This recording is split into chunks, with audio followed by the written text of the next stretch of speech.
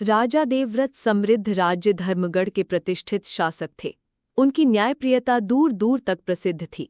उनकी तलवार निष्पक्ष थी और उनका आदेश अंतिम। किंतु उनकी एक कमजोरी थी, क्रोध। निर्णय करते हुए यदि कोई बात उन्हें असहज कर देती तो वे बिना पूरी बात सुने कठोर दंड सुना देते। एक दिन दरबार में एक किसान लाया गया जिस पर आरोप था कि उसने राज्य की जमीन पर अतिक्रमण किया है। बिना पूरी जांच के राजा ने उसे कारावास का दंड दे दिया।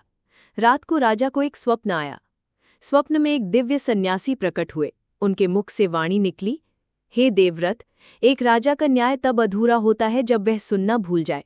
जब वाणी पर नियंत्रण नहीं होता तब ज्ञान अंधा हो जाता है। राजा की नींद खुली, हृदय कांप उठा। सुबह होते ही उन्होंने किसान को बुलाया, उसकी बात पूरी सुनी।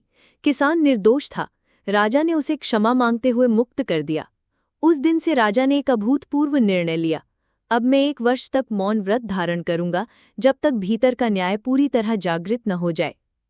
उन्होंने राज्य की बागडोर मंत्रिमंडल को सौंपी और स्वयं एक एकांत वन आश्रम में चले गए।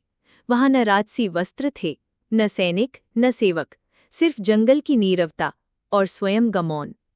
पहले कुछ दिनों में मन बेचैन हुआ, विचारों का शोर उठता रहा, पर धीरे धीरे वह शोर भी मौन में विलीन हो गया। उन्होंने जाना कि शब्दों के बाहर जो मौन है वहीं आत्मा की असली आवाज छुपी है। 1 वर्ष बीता। जब राजा देवव्रत लौटे तो लोग उन्हें पहचान न सके।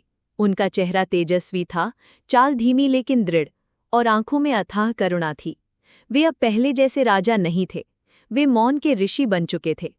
दरबार में उन्होंने अंतिम आदेश दिया, अब यह राज्य जनता के योग्य है।